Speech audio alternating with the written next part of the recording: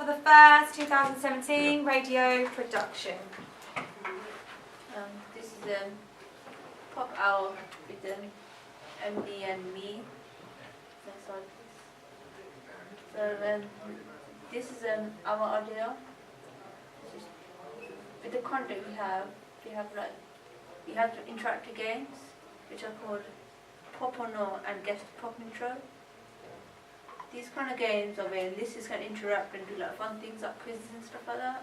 But here it's going to be, the first game is Pop or Not, where basically we play intro of a song, which is basically from the pop genre or some other genre like rock or anything like that. And the listeners have to guess which one it is until the song ends. And the next song is called Guess the Pop Intro. This is where listeners have to like guess the song's name and the artist. Yeah, like with Pop or Not.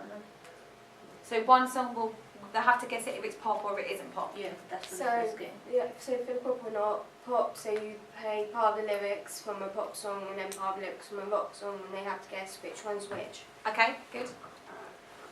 And the music in our program is going to be mainly pop based, because this is why it's called Pop Hour, because this is what we planned for it to be. Basically, our inspirations are Hot and Capital FM.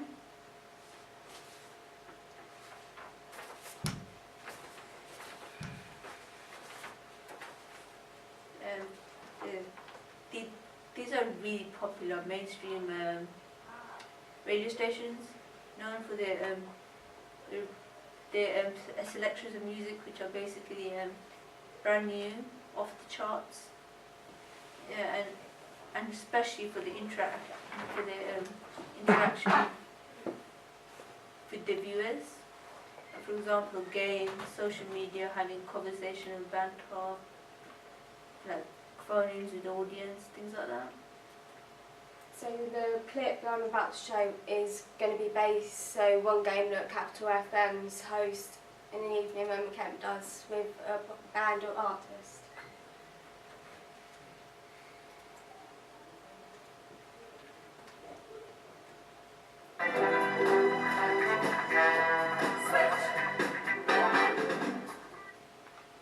I'm going to read out 4 names. Okay. And in those 4 names, you just have to say to bay if they are your cup of tea, and give me a reason why. Or not to bay if they're just not for you at this moment. Nicole Scherzi. I knew that was coming! She's my big sis, so not to bay. Oh, not to bay, okay. I love her. Yeah. That's a family love. Yes. That's a family love. Right, okay, here we go. Second up. Zara Larsson. To bay. Yeah. Why did to bay Zara? Not only is she beautiful, but she is so talented. When she came on the show, she was just incredible. She's amazing. It was cool, right? Right, okay, next name up. Louis Walsh. I've got to bay Louis, man. I love Louis. To bay. Yeah. Louis is bay. He's so funny, right? What was it like working with Louis? Oh, he's amazing. You know, he is such a loose cannon. He just tells you everything. I remember before I went to judges' houses, he was like, "You're going to Nice." I was like, "Oh, alright." He was like, "Oh, did you not know?" I was like, "No, but I do now." He was like, "Okay then." I walked off. And so he's just like, he's amazing. Oh, he's so good. Right, last name at the hat. Let's pick Jessie from Little Mix. To bay. Yeah, Man. recently single. Wow. No, honestly, I met Little Mix. I watched their sound check. So they're such lovely girls, man. They're so talented. They're cool. They They're are just absolutely insane. Really, really, really amazing. Oh my god.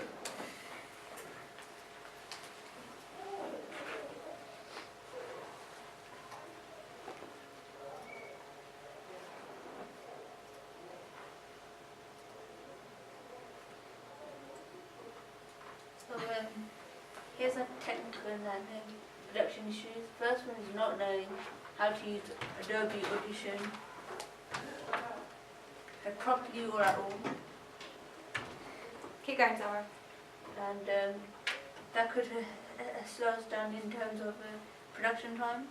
Like we could end up spending more on this, then like we can't spend time on making sound jingles or anything like that. Second one is making sure there's enough takes of each part of the script. If you can overcome this by basically rehearsing the script a couple of times, otherwise we end up like pausing or doing anything like that. I'm going to go to questions just because of the battery. Is that okay? Anyone got any questions? How scripted is your show? It's fully scripted. We're going to be pretty much following it, apart from when the results for the pop will not come. That's the one bit that's unscripted. David?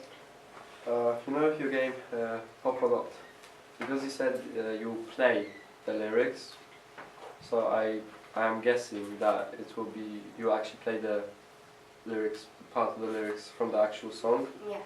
So my guess is that it will be really easy to distinguish between like pop and the different style, just because there's such a difference. I wrote down the same thing.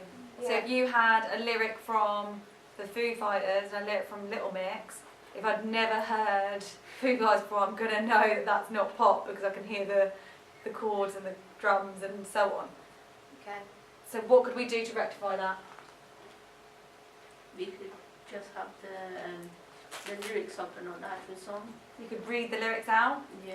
yeah? Because if you think, people would assume that all pop songs are fluffy and light and upbeat and happy, but I'm sure there's some very deep lyrics that are in pop songs as well, so maybe that could be your way around it. But I definitely agree with that. I think it's going to be blatantly obvious.